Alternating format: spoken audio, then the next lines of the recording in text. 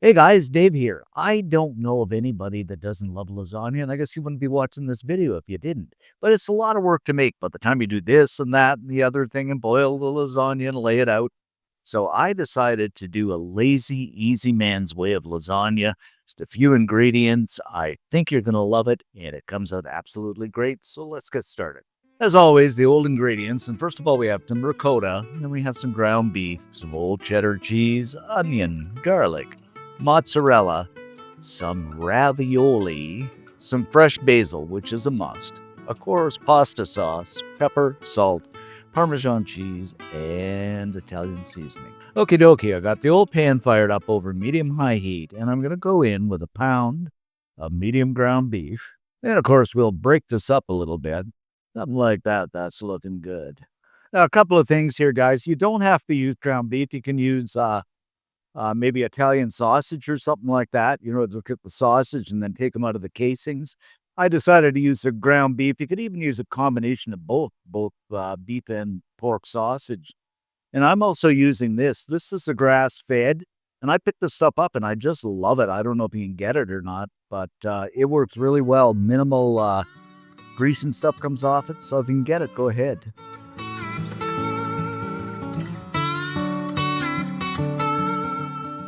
Once we're basically fried up, I'm just going to shove everything to one side, and I'm going to go in with half a small chopped onion, and of course 3 cloves of garlic. I wish I had $1 for every time I've said 3 cloves of garlic and a small chopped onion. I'm going to stir and saute this just until that wonderful aroma fills the air. Okay, we're pretty much sauteed up here, so I'm just going to mix everything together. This is smelling good already, guys. Yum, yum.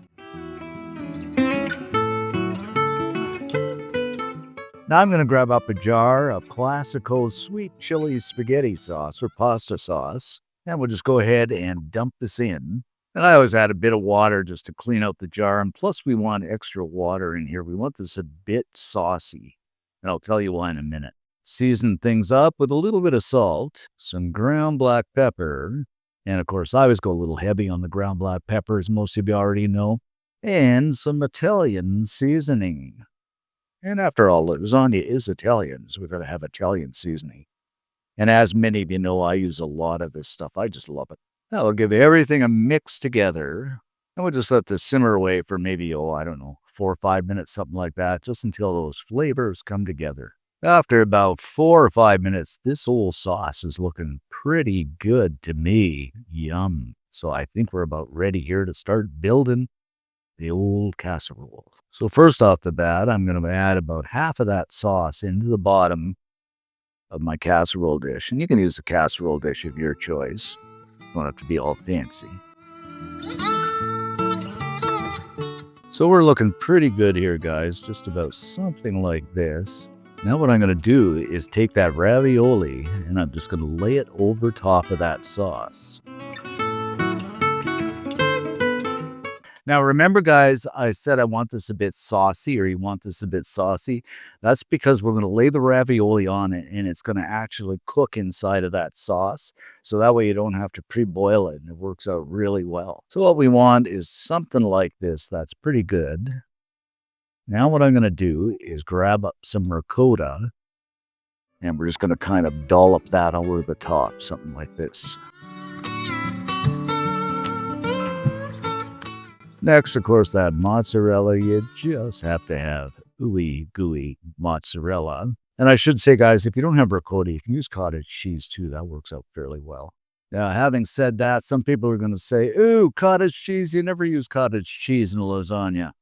I don't know, I grew up and my grandma and my mom and everybody else, they always used to use cottage cheese and I thought it was good. So I'm using mozzarella, or I'm using ricotta, but it's entirely up to you. Then a dusting of some Parmesan. And because I like it cheesy, I'm going to use some old sharp cheddar. Now again, this is optional, entirely up to you, but I just kind of like it. It adds that extra zing to it. And guess what, guys? We are going to repeat this process for the rest of the mixture. So another layer of sauce. More ravioli. I'm going to pour across in my casserole dish.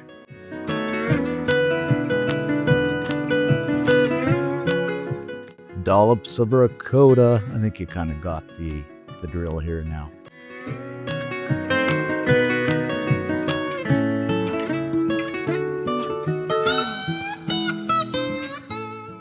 Alrighty, my friends, we are looking pretty good here as it is, but I'm going to finish things off with a little more Italian seasoning, just a little dusting over the top, and of course, some fresh basil. Now, this is from the store, haven't got the old garden going yet, but don't worry, I will.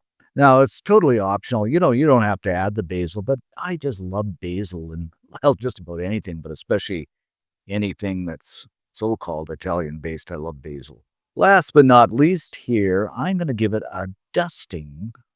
Keep saying dusting, but a dusting of hot pepper flakes. And again, this is totally optional and up to you, but I just want that little tiny bit of heat. Maybe something like that. And last but not least, guys, what I'm going to do is take some aluminum foil and cover this up. I just want to make sure that I'll stop rattling here while I'm talking. Make sure that ravioli cooks. So we're going to bake it part way covered and then take it off, and we'll take the aluminum foil off and let that cheese brown up. Now we're going to go into a 375-degree Fahrenheit preheated oven for about, oh, I don't know, 25 minutes. Okay, after 25 minutes, guys, let's have a peek inside. And oh my goodness, I think we are looking pretty good and it smells incredible. So what I'm going to do is I'm going to put this back in the oven for another 10 minutes, just kind of brown up that cheese a little. After another 10 minutes, guys, here we are. And look at that. It is bubbling and looking good. And that cheese is fantastic and it smells. Oh my goodness. So good. And there you have it, my friends, our lazy ravioli lasagna bake. It is easy. It is delicious. And believe me, everybody, even the neighbors, are going to love it. All right, guys, let's grab up a fork and dig in and see what we got. Oh my goodness. I mean, if that's not kind of close to lasagna, I don't know. I'll be a monkey's uncle. To me, this looks absolutely fantastic. Okay, guys, a few tips. You can use different types of ravioli. I mean, I bought the Ziggy's, but you can buy any kind of packaged ravioli. So you can get beef, or they already got beef in it. So I just got the cheesy stuff, but that's entirely up to you. In terms of the seasoning, you can adjust that accordingly. The baking, you don't have to cover it, but I like to cover it just to make sure that ravioli does bake. So just adjust it. You don't have to add the cheddar cheese. You can add whatever cheese you like, but to me, it is really, really good like this. Okay, let's give this a taste. Mm. You know what? If you put a blindfold on me and said, taste this, I would say it is traditional lasagna. I can't tell the difference, and I like the ravioli. It's got that neat texture to it that you don't get with lasagna noodles. But having said that, it is so, so good. I mean, it is a lazy man's way of making it. It's easy, and you're gonna love it. And if you do make it up, drop us a line. Let us know how you like it. I love to read the comments. Most of all, give us a like, helps the channel out, and subscribe. Why not? It's free. Thanks for watching, guys. Stay safe, and we'll see you in the next video. And of course, I'm going to have more.